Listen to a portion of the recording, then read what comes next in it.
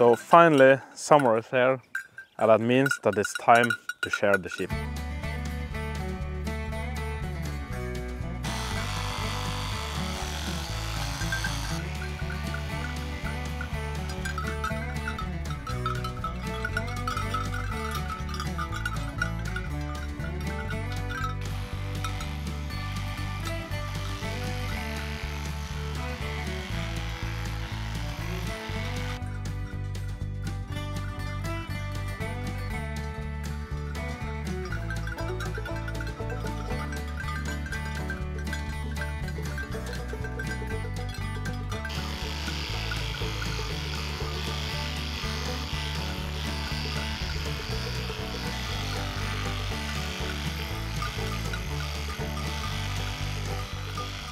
So now when summer is here, there's also a lot of things that we need to protect our sheep against. And so we need to give them some medicine. Now this one is for giving medicine that they can swallow.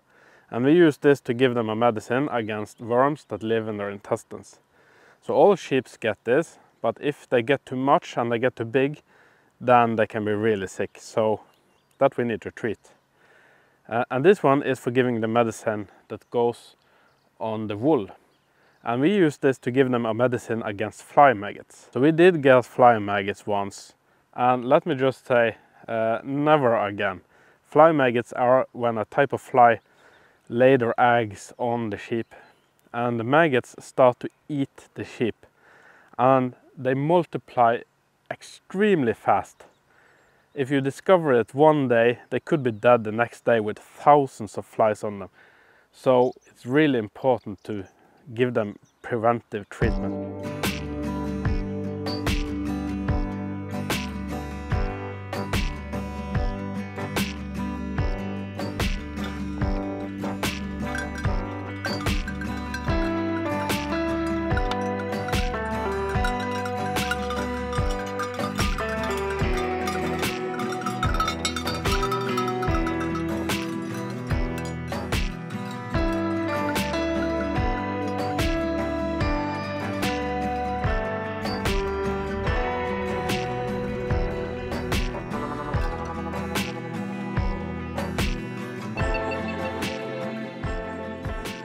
So this is a lot of wool, and I think it's been good for the sheep to get this off now.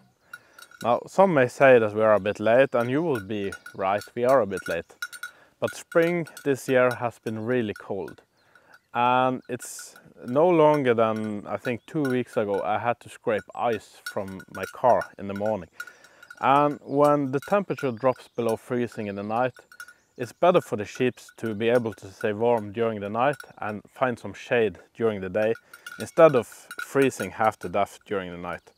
So it's actually on purpose. But now summer is here, it's above 20 degrees out now, and they don't need this wool anymore. So although this resource used to be really important and life-saving for life here in the north, it's no longer considered as a resource, almost like a waste product.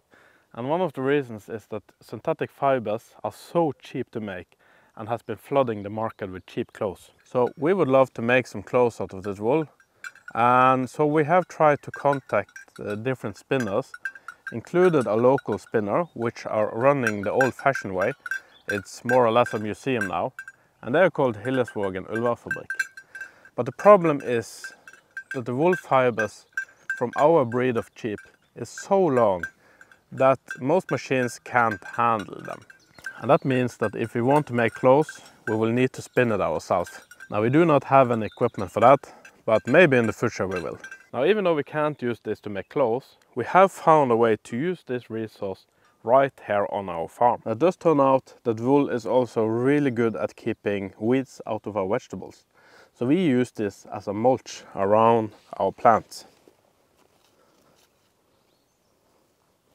So it takes a really long time until wool breaks down. And so that means that we can keep this here for the entire season.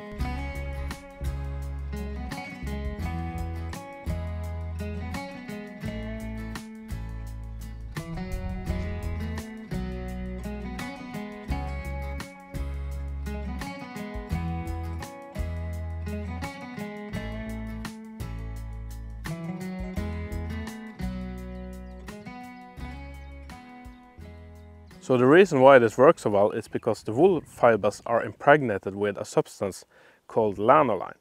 And that makes the wool watertight and keeps it from breaking down. For instance, the lanolin here will also help repels a lot of predators that wants to eat the plants, like deer, rabbits and other things, because they can't smell the plant anymore, they just smell sheep. So lanolin also helps to repel a lot of insects and snails.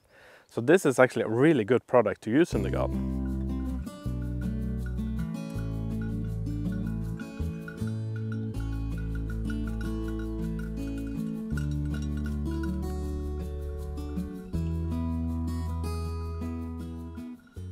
So this is the first broccoli harvest of the year. Now we do have planted new plants to replace these that we harvest.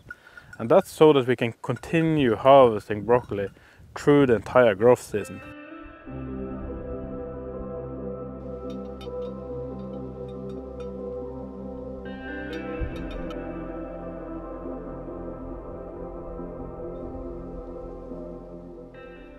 So my automatic watering system only works if there is any water in this creek behind me. And it's more or less completely dried out now, so we need to go and find some water for the sheep.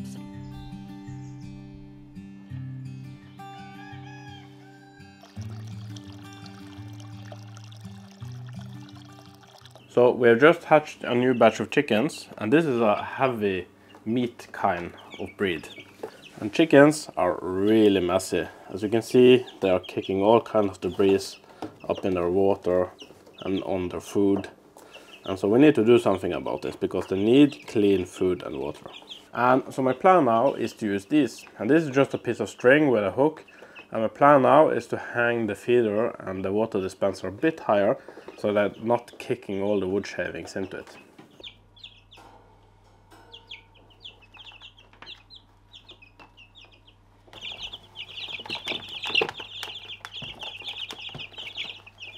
We are also hatching another batch of eggs, and these eggs are from egg laying hens. And so the plans with these chickens is that they will take over from our current egg laying hens. And we need to do that because the hens will only lay eggs for about 2 years and then they will stop. So if we don't have replacements for them, we will stop getting eggs. So hatching chickens with an incubator is something that we have done many times. We have hatched hundreds of chickens, we have run this countless of times, and we have learned a lot and we have a lot of knowledge.